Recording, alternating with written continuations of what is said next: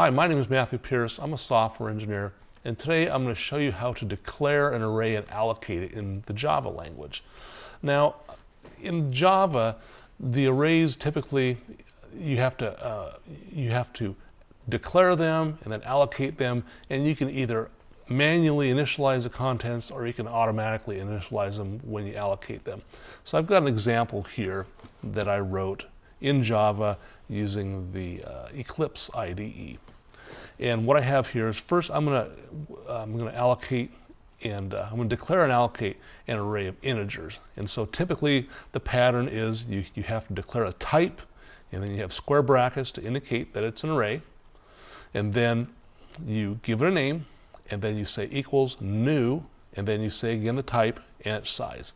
And that allocates an array of 10 integers, and those are primitive types, so there's not a whole lot to do beyond that. You can just stuff in values if you want, and that's what I do in this next loop right here. I've got a for loop, and I go through and I put in the values. Now you can also auto-initialize the array, as I've done here. I've said int, integers, but then in curly braces I put the values that I want to go into the integers within that array, and so you can automatically do that, take 2 steps down into 1. It makes it easier and convenient, and you can read your code better sometimes.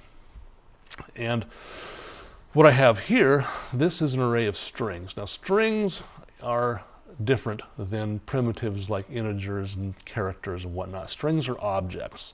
So unlike an array of primitives which contain values, it's an array of values, like an array of integers will have integer values in an array of objects have references to objects.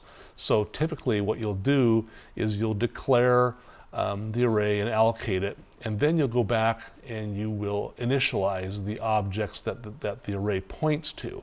But with strings, since the strings are objects, however, you do have the ability to do something like right here, where in curly braces you could put strings in there instead of just references and then go back and fill them in.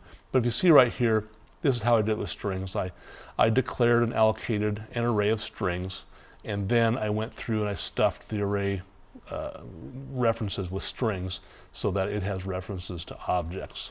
But again, you don't have to do it that way. You can do it like I've done right here. I said string, initted strings, and then I stuffed it in with arrays, or with strings. But if you had an array of complex objects, say it was some sort of object initialized from a class or something else that you instantiated, you wouldn't be able to do it this way. You'd have to go through first and allocate the array and then initialize the contents. My name is Matthew Pierce. Today I showed you how to declare an array and allocate it in Java. Thanks for watching.